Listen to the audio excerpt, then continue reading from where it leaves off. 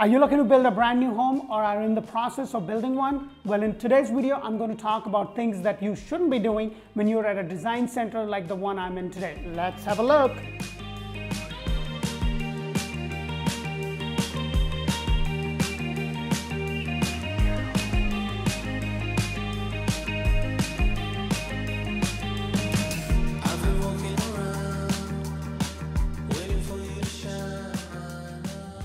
Hey, what you doing down there? Come on up, let's go.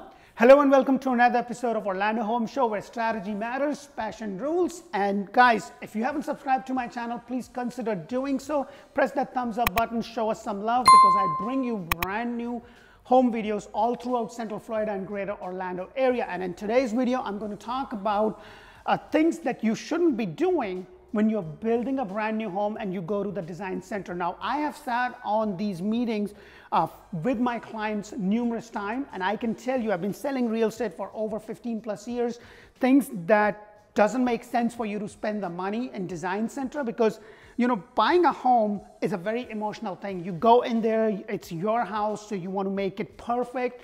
And next thing you know, your $400,000 home is now $550,000 because you spent about $150,000 in a design center. So I'm doing this video for you today to basically tell you about the things that you shouldn't really spend that much money, especially with the builder, because you're going to pay it through your nose. You know, and please understand, you know, there's no right or wrong. If you have the money and the budget to do so, then by all means. But sometimes, you know, I'm looking at it from a point of a real estate agent, but also from a point of an investment, because buying a home and paying that mortgage off is some sort of investment for you. And what I really don't want is that you spend so much money that the return on the money is never there when you go around to sell it. So without further ado, let's go into the design center and let me show you what you should really not spend the money. Let's have a look, let's go. So here I am at a design center of one of the builders that I closely work with, and the number one place where I see people spend money that they shouldn't be, in my opinion, is paint. Wow, where did that come from? Now guys, look at this. You have so much selection. Every builder has like a level 1. They have quite a bit of selection. So at this builder, look at all the selections that you have. This is all your level 1 standard paint that you actually get when you're building a house. Most of these colors are neutral, and what I have actually seen is that people want to go and paint their walls in different colors, different rooms. That is considered an upgrade. Now, my suggestion to you is get them to paint in one of the standard colors that you like, which is neutral, and then change it once you move in according to what you want, because you may not want your son's room to be in a neutral white or gray or beige. You can change it into a blue, or your daughter's room into a pink, but you're going to save a bulk load of money when you're trying to do it yourself. The other thing that I also want you to know is that if you want your walls in one color and then you want your ceilings in another, it's actually considered an upgrade. The builder is going to charge you through the nose for that. You don't want to do that. You want to paint everything in a neutral color because you are going to save a lot of money. Let me go ahead and show you what I mean by that. So over here, I'm actually at a builder's model home, and it's got a lot of bells and whistles, but let me show you what I mean. So the walls over here is kind of painted a little bit of a gray. And then if you look at the ceiling, that is white. And now that's what I'm talking about, that you want to paint them all in neutral color. Let me show you another room and the pink, and then you have white. So basically this house has like 4 different color schemes, and I'm sure that's a huge upgrade. And you don't really have to do that. So my advice is, don't spend the money on the paint. Don't go level 3, level 4, level 5. You could always do it a lot cheaper. Once you move in, you can decorate it according to the stuff that you have for your house. Hope that makes sense. Put it in the comment below. And now let's jump into number 2.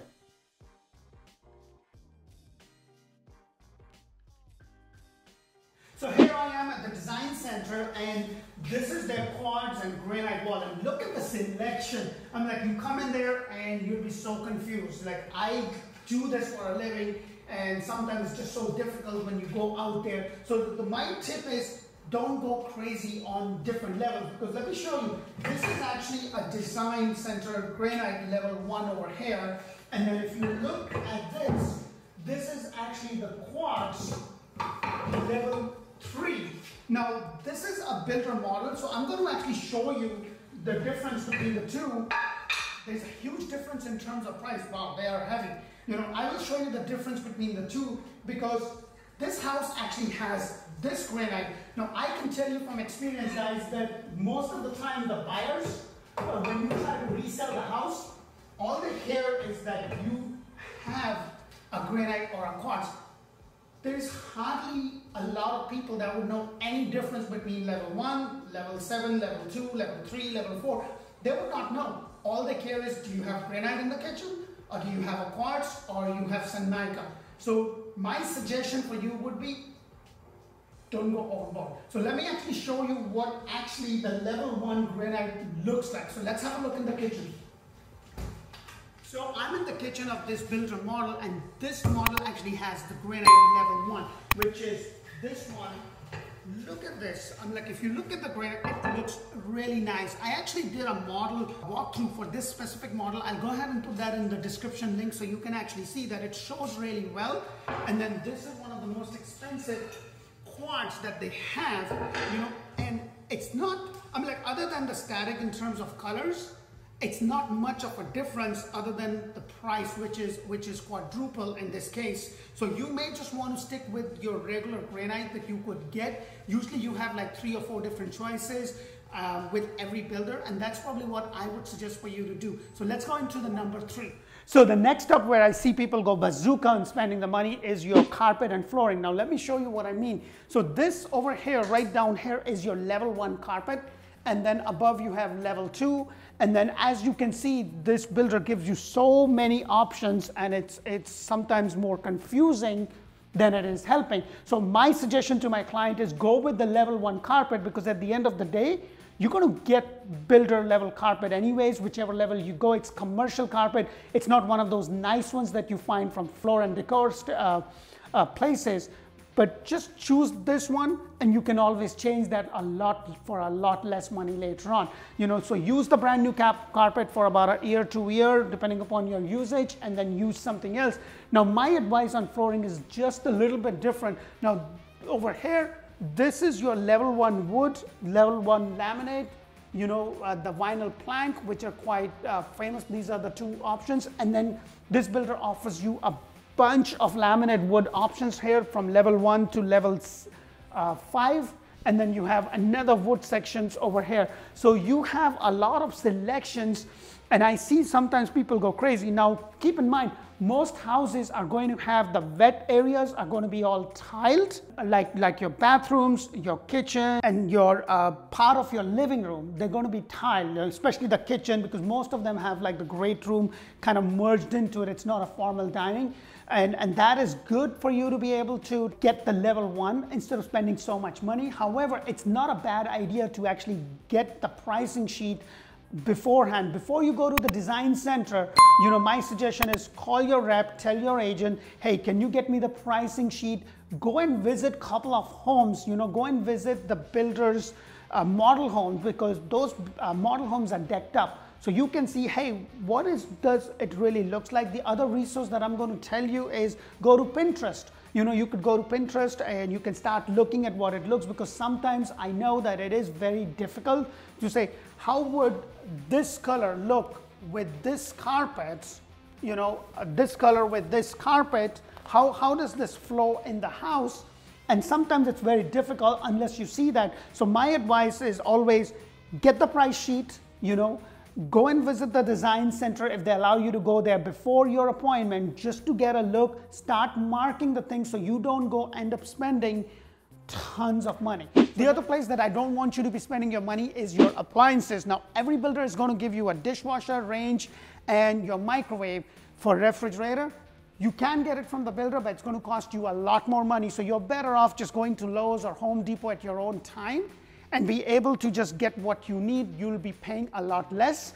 What my clients have done in the past is they know the day they are closing, they already go and buy it and have it delivered either on the day of closing or the day after.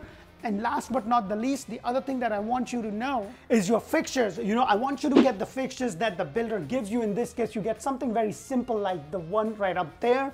And I want you to be able to do that and then just go to Home Depot and spend the money over there, because it would be a lot cheaper if you like something like this. You can actually go to Home Depot or Lowe's and get something like this instead of going through the builder design center and paying through the nose. I hope this makes sense. Put in the comment below. And the other thing is, so I've seen my clients spend money on elevations, and I don't usually recommend that. The only time I will recommend you spending the money on the elevation if it does two things. Either it changes the front facade of your house completely. In this case, as you can see, this completely changes the look of this house.